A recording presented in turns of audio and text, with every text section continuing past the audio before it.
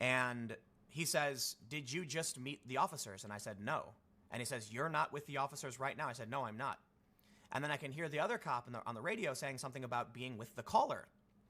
And he's like, "That's not you." And I'm like, "I'm in my house. There's nobody here. Like, the cops haven't pulled up." Turns out the cops found the guy. He was about a block away, and they stopped him and they searched him. The dude claimed he was a big fan of news anchor extraordinaire Tim Pool, and that he walked here from Philadelphia, which is about 15 or 20 miles away. He took a bus from D.C. and then walked here across the bridge, which to the best of my understanding is not a pedestrian bridge.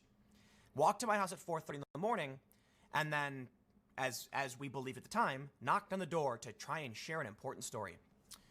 So that freaked me out. And I said, so the cops ended up coming to my house. That's what you see in this other video.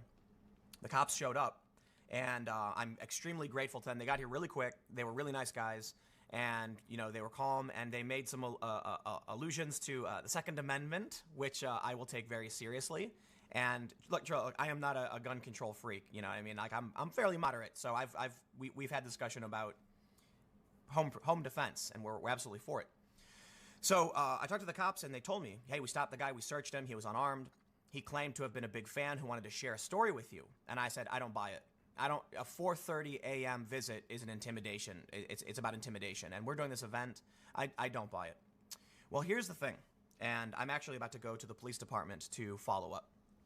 After they left, as I was talking to the cops, I pulled up the camera footage, and I said, "You know what, man, like it has infrared on it, but it's not that good." And the porch light was off. The one night, it's not supposed to be off, but I guess someone hit the switch, and it's really annoying. Boy, am I frustrated about that. But, with the light on, you can see everything perfectly. And the cop was like, "Well, you should..."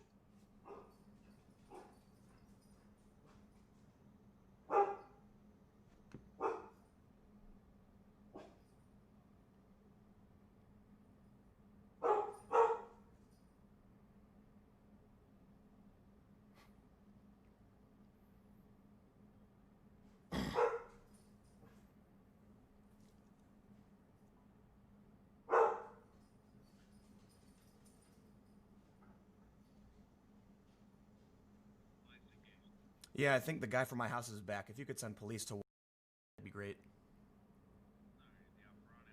They're on the front porch. I think it's the same guy from this morning. I have no idea, but I don't know who this is, so I'm not going to answer the door. Yeah, it's one guy's... it might be the same guy. I really don't know, but considering... I don't know if you're the same guy I talked to this morning or what, but... yeah. All right. Thank you. Bye.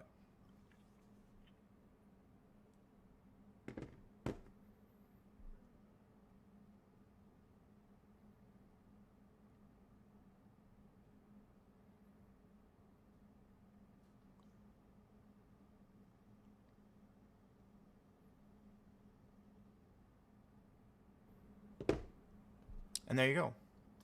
So I'll just say this. I don't know who this person is. I don't know what they think they're doing. They just showed back up.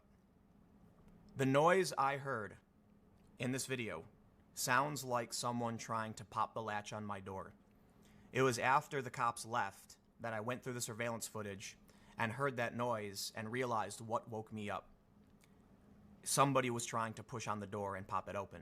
And that's the sound I hear. And the cops stopped the guy, and apparently he just showed back up. Do not come to my house. Do not come to my house, especially not right now. As I was filming this, they came back. Presumably, I don't know who it was. We have security cameras. And there was somebody who looked similar.